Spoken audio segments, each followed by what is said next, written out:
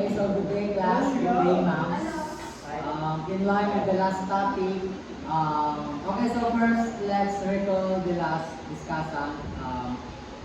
Heard this discussion, the types of transfer. So the types of transfer are we have four types of transfer. We have the positive transfer, negative transfer, near transfer, and far transfer.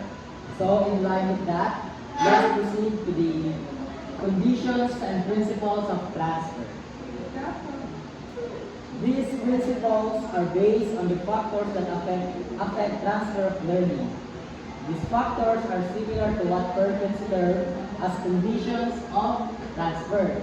So the conditions and principles of transfer is similar to conditions of transfer by Perkins. Okay? So we have here three columns. The first column is the conditions, factors affecting transfer of learning. And in the middle column, we have the principles of transfer. And the last column is the implications.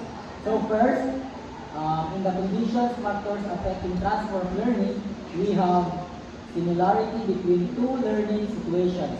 Okay, so in the conditions affecting transfer of learning, we have the similarity between two learning or between two learning situations. So in the principles of transfer, the more similar the two situations are, the greater the chances that learning from one situation will be transferred to another situation.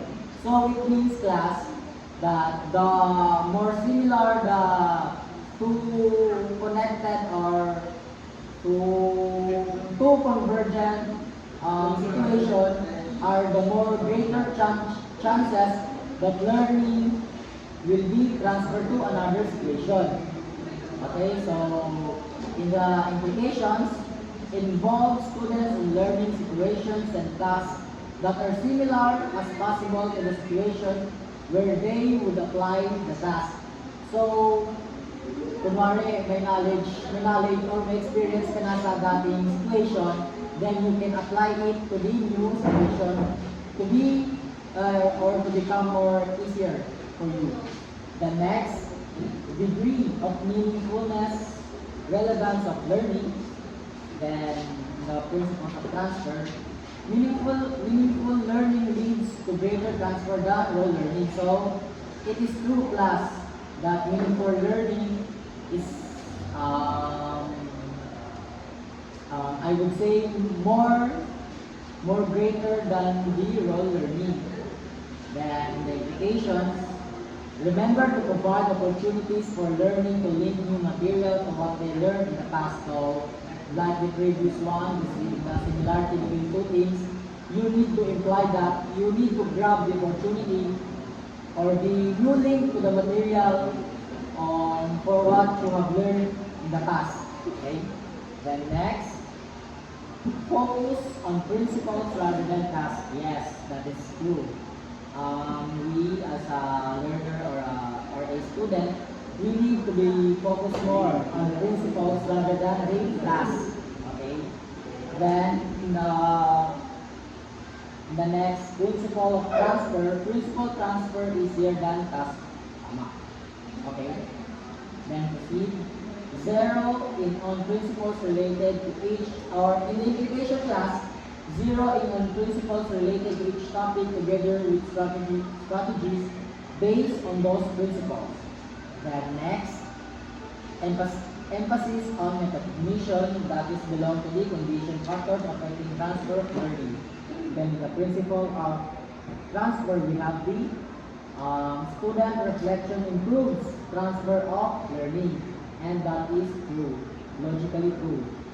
Then in the implication, encourage students to take responsibility for their own learning and to reflect on what they have learned. Okay, let's proceed.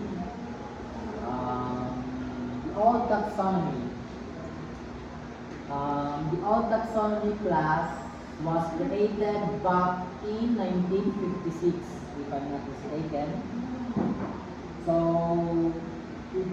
okay, here. All taxonomy, yes. All taxonomy was created back in 1956. So, um, para sa kaalaman ng lahat, the taxonomy had two handbooks, the handbook 1 and the handbook 2. So the handbook, di ba sa taxonomy we have three domain, the cognitive domain, affective domain, and lastly, the psychomotor domain.